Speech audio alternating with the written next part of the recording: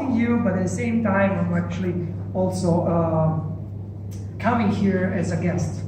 So, but I would like to welcome you here, and we will discuss these days about risk management in all different points of view. And I think that there is not only the chance to discuss and get new information, but it's very important also to networking between each others, because this is important for benchmarking, but also for exchange knowledge between ourselves. So I hope that we will have the chance to meet not only inside the meeting room, but also in the coffee break, and maybe going around the city. So I would be happy if any of you wants to have a look around the city, to explain what you see and what is best to have a look in this period of the year. So, and well, after these greetings, are actually the first presenters, so maybe I will just switch to the presentation, if you agree. Yes.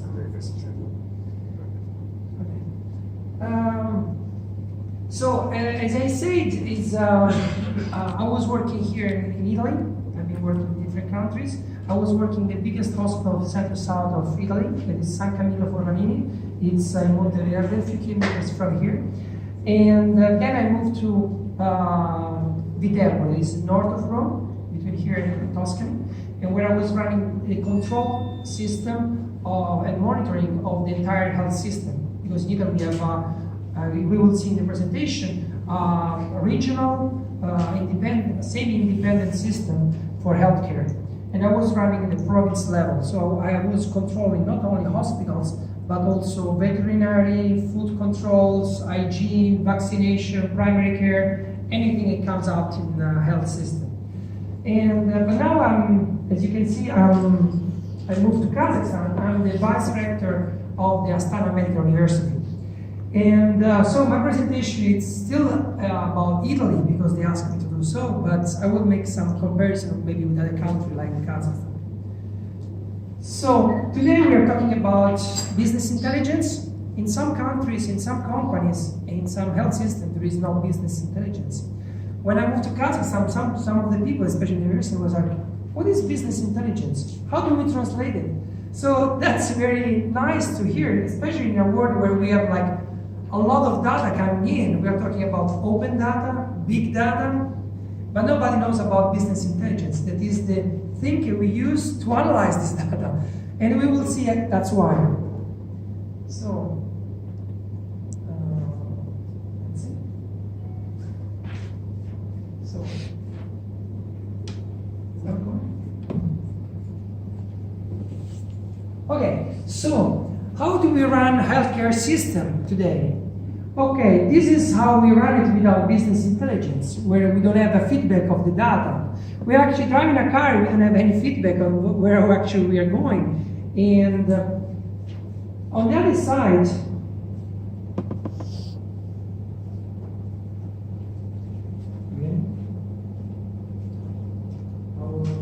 wait a second, I will just... Maybe the light was better to turn it off later. Okay, if we squeeze in the right USB port, it should work. Yes, it's working now. So, from one side we have some healthcare system, some institutions that don't see anything about themselves, or sometimes they don't want to see it. That's the truth as well. And on the other side we have the data overload that everybody's talking about. So let's have a look. These are some articles from, this is Forbes, and we are actually discussing about new data, and we are talking about unit of measure most of us have never used before, like quintillions. And you can see how many zeros are after this 2.5. And, but actually, in the International Data Corporation, they actually analyzed it and found out that only 1% or less than 1% of all this data we collect, actually somebody's analyzing them. And that's incredible. We are making a huge storage that nobody actually uses. And there are some companies like Huawei that is actually designed to 40 petabytes, but it's not a measure that we never used before. So at this level.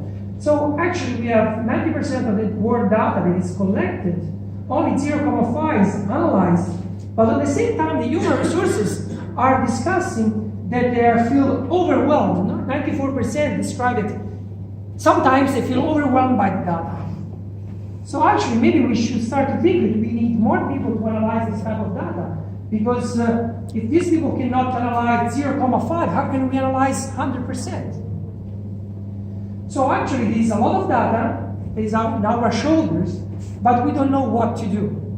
We actually have two ways of approaching. Or it's like a tsunami, it's coming on you, and it's you will drown, or you find a solution to get out of this problem. So, we have big data overload. Most companies can't deal with them, and this is still Forbes. And but what happens? Let's see how it's organized. Everybody's saying, I don't want to feel left behind. I have to collect data as well. So they start to collect the data, but they don't have no idea what they need this data for. That's incredible. And they hope to learn anything useful to use this data for. And at the same time, the point is that some of these things say, okay, I don't know how to use it now, but in the future it would be very useful. And they hope so. At the same time, actually, we're spending a lot of money to keep this data safe and keep them. Not only the electricity, but the servers, the computers, and also the security, because most of this data in the healthcare system are sensible data, so we need to protect them. So we are spending a lot of money to protect data we don't know what to use for. If we think not about data, but we're thinking about resources, it's like building huge areas in our fields where we store something we don't know what is useful for, and we say, maybe tomorrow I will know what is useful for, and I protect them with guards and security. This is totally illogical from this point of view. So the point is that if a company is already struggling with storing and analyzing the data now, it will be drawing in a few years.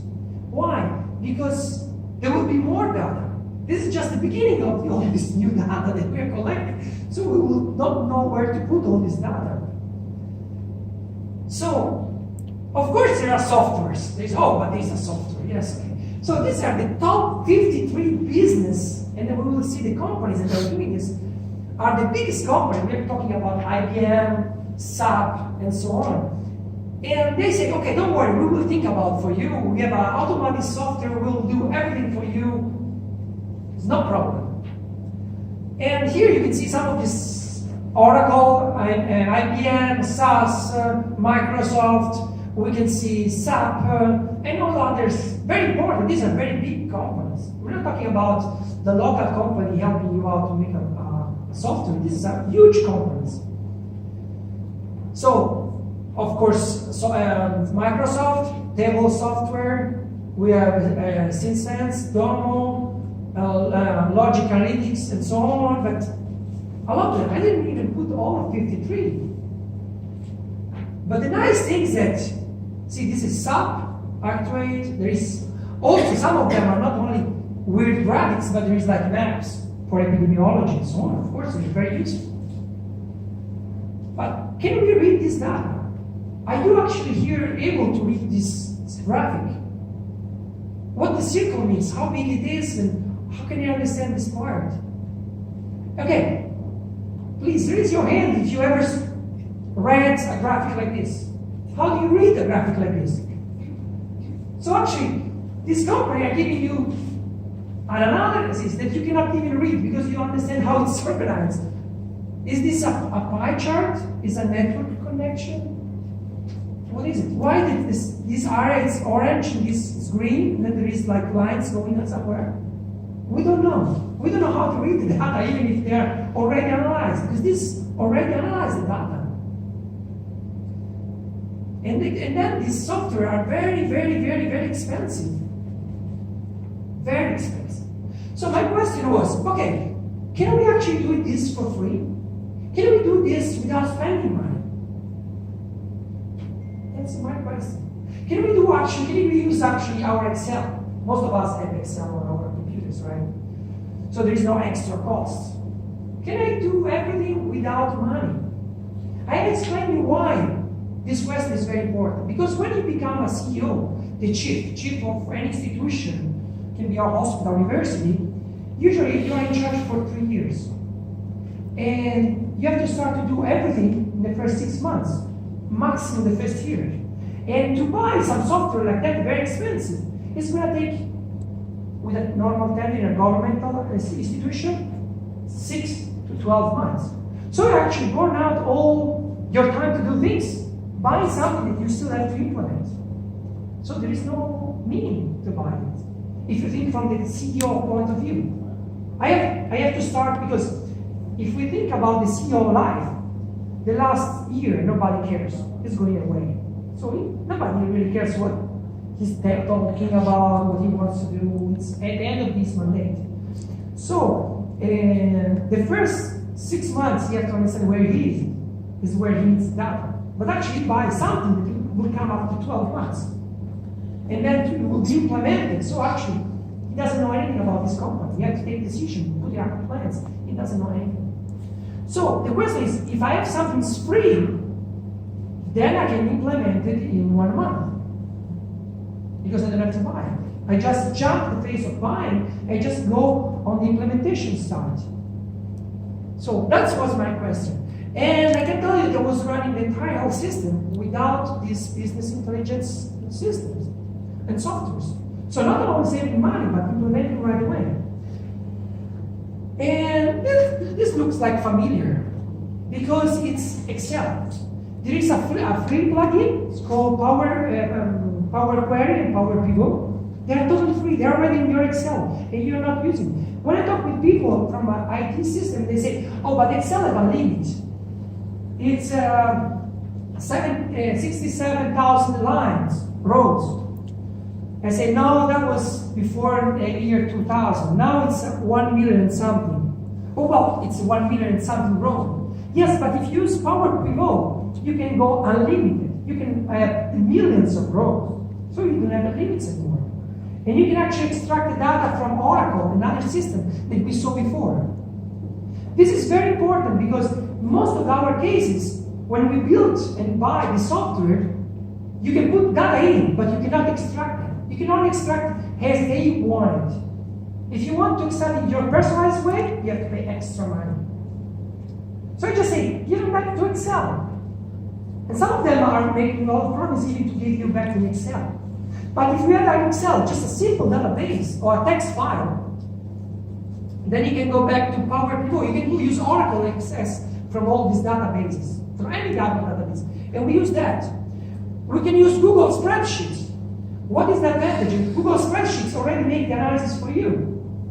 The point is that it's on cloud, so the privacy of the data is an issue. While with Power Pivot, no, it's on your computer. There are others who might say, okay, I want to make social network analysis to understand how integrate this in my system. There are free software. This is called Node Excel. Node Excel is a free plugin for Excel. So much are actually telling that in your computer, your laptop, maybe here, actually you can analyze all the data you want from anywhere in the world with still the privacy. And, okay, but I want to do also statistics. In Excel, it sometimes doesn't give you statistics. Actually, not even some SPSS software gives you what you need. Because if you are in the management side, you don't want to make articles on comparing data because you only have one company. The population of the analysis is one. You don't even have the comparison. This is your company. That is totally different from other companies. So you need, the only way to analyze how you're changing things is something that actually changing your system is to analyze trends. Nobody knows how to analyze trends. But there is a free software from the Division of Cancer Control and Population Science Surveillance Research Program. They actually do this. Give you a free software to analyze trends, to find joint points. And it's accountable because actually it's from the National Cancer Institute and they publish and monitor the cancer rate. So it's feasible. And not the end, for example, not even SPSS does these calculations. And everything is free. Very nice. So when we have the data, then we have the policy to understand how to interpret the data. And we see that we go from WHO, the observatory of WHO, and how to measure performance. And so we now start to understand, okay, we have data, we have the business intelligence, and but actually we are at a different level in the organization. We go from international, national, interregional, regional, provincial, and hospitals. So we have World Health Organization working with data and statistics, but these data are not good to run hospitals. Because you don't actually do anything with this data. Are good to run a nation or a supranational system, but to compare countries, but not to compare hospitals. If you read through this, it doesn't make sense to compare with the hospitals. But hospital is very important because all these data are coming from the hospitals, European hospital morbidity database. So if our hospital do not compile, we don't put the data inside in the correct way, we have wrong point of view. That's another critical point. And of course, you can see all the morbidity and so on, but it still is not for running hospitals. It's too high. We have trends, of course. Okay, so I'm coming from Italy. I'm showing you an example from Italy. Every country has a different system. So this is Programma Nazionale Resti. It's how to assess the performance and how the outcomes of the patients. There is a website of the ministry. There is 165 indicators. In this 165 indicators, is our lot, are enough, or not? They are divided in areas, but importantly, they stated this is not a tools to evaluate or to produce ranking or judgments. So it's not used to say, oh, I am the best hospital in Italy. At least they say so. But the newspaper goes in and says, okay, this is the best hospital. And so is it correct to create rankings? Because I can create rankings in one parameter, but maybe in one parameter, how can I say which one is the best? I can be very good in 3 areas, very bad in other 7. So that's making me the best hospital? I don't think so. So, but this is what I want to talk about. They made also an application on mobiles. And they're using the data so that you can find the hospital in Italy, the closest one to you, and you can actually check through this board which one is the best. Now, probably you understand green, more green it is, better it is, but you actually don't understand what they are talking about. Okay? So, but still, this is a process. We are giving information to the citizens. We are bringing the knowledge down to the citizens so they can choose. So this hospital looks worse than the other one, but maybe this is greener than this one. We don't know. So then we go to this interregional. See that we have a fragmented, like federation of for about in our region about healthcare, where there is this independent system of Sant'Agnes in Pisa to perform the evaluation. They have 380 indicators. Are these good ones? Are enough? We don't know. But they are in 6 areas this time, also financial performance. And you can actually compare now with a different design which one is the best. This is Tuscany and Umbria, these are the 2 regions nearby. And so you can compare with through these different indicators. And this actually is the improvement comparing with last year. And this is a sort of targets. And so more things, more white stuff you have here in the center, better you are, and the orange is far. So actually this maybe it's better than the previous system because that you can say, okay, maybe this is green and yellow but few reds. Maybe this one is better. We actually don't know. They're difficult to read actually. But these are different areas of our system. And this monitor not only region but also hospitals. So I can compare, this is a hospital in Florence and this in Perugia, the 2 main cities of these regions. Okay? So this is a different way to have a look at it. You can make benchmarking. So this is a whole hospital within a region, within different areas of the region, and you can see the chart. This way they can share best practice. So this hospital had the best performance. How do you do that? You call them and say, oh, I see that you are the best one. Can you help me understand why?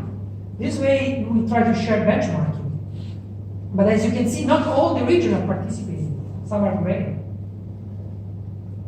And some, the gray ones are our worst one. As usual in life.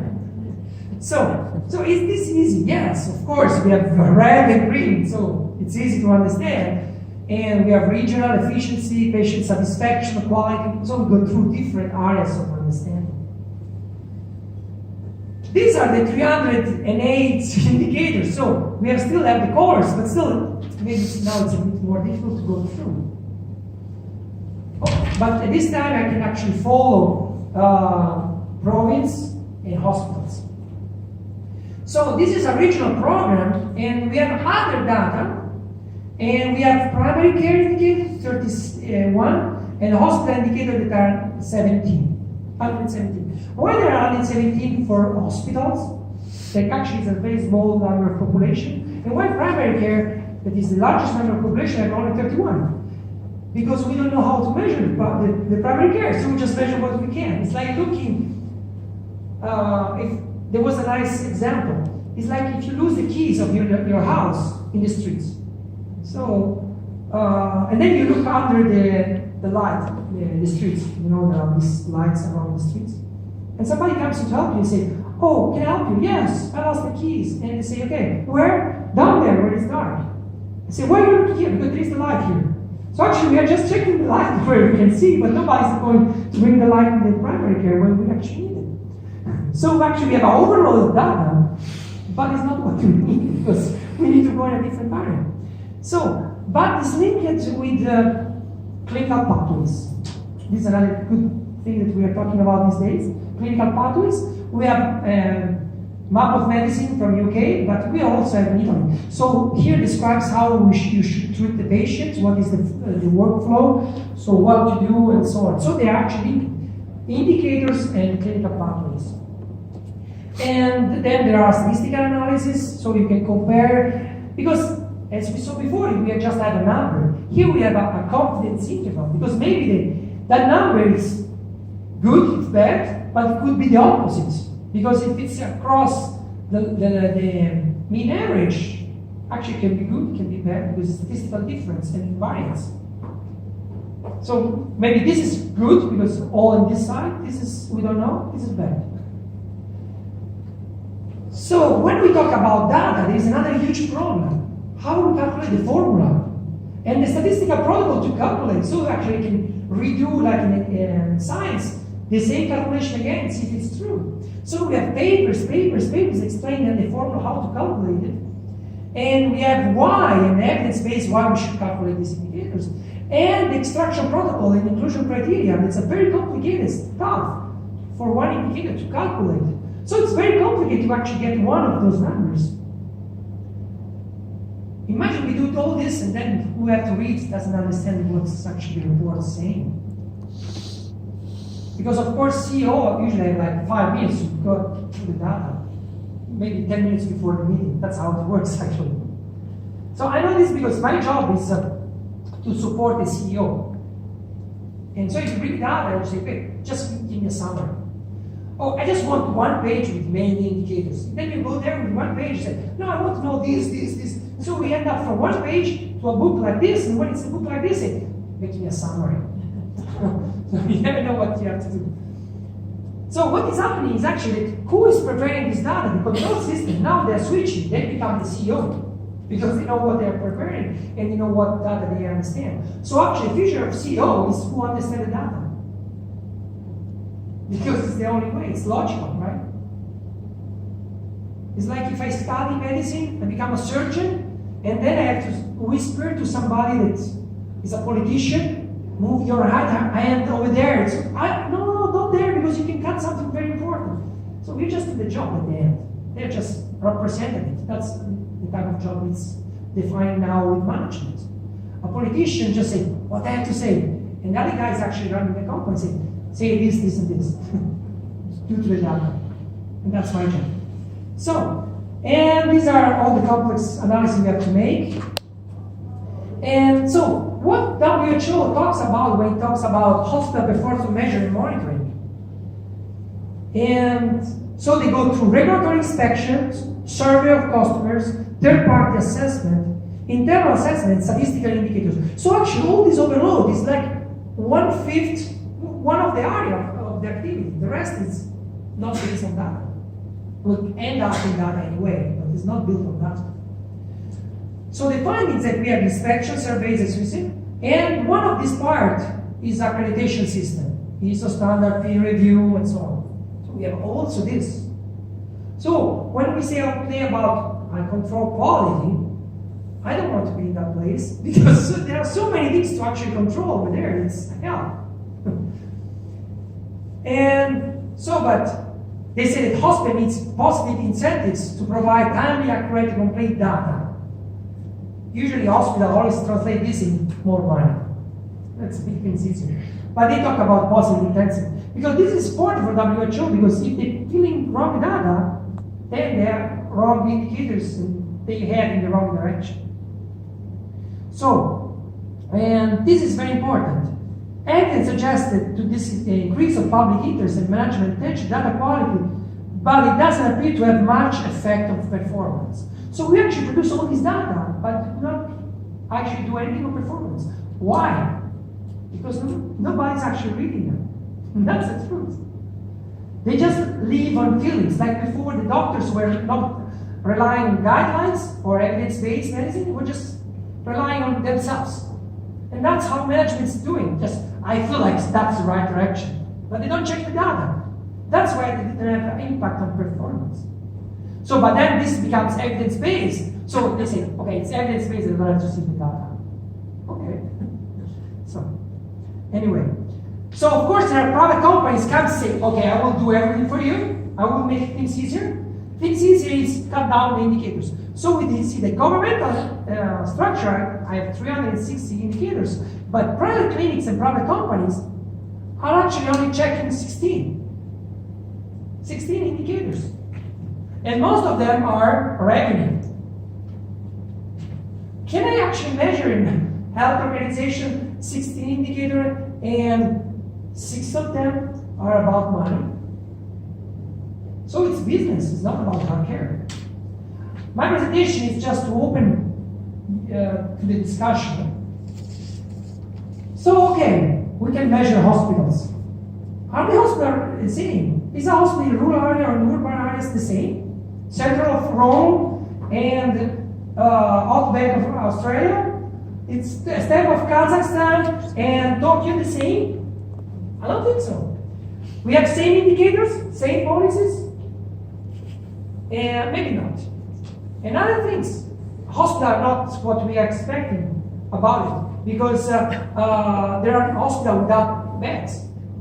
So we actually lost all our indicators because we're all bed related, most of them. So, okay. And then we have, of course, wards and intra-hospital indicators, even worse.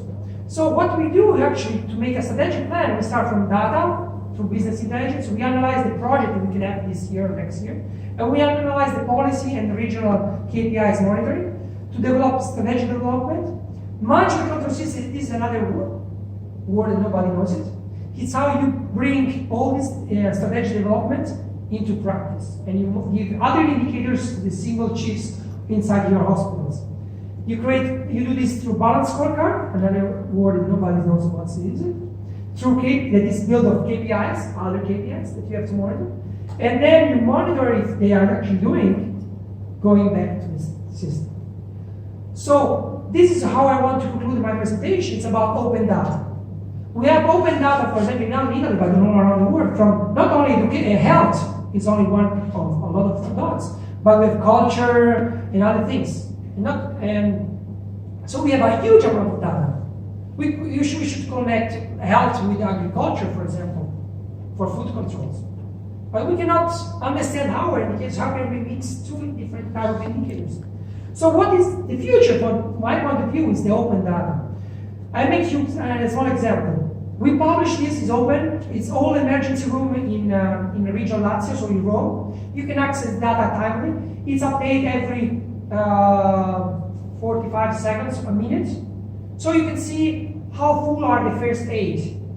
What they are doing is create disruptive innovation. Why? Because companies, startups, take this data, log in an application and sell the application. They are doing it for free, so you don't have to pay.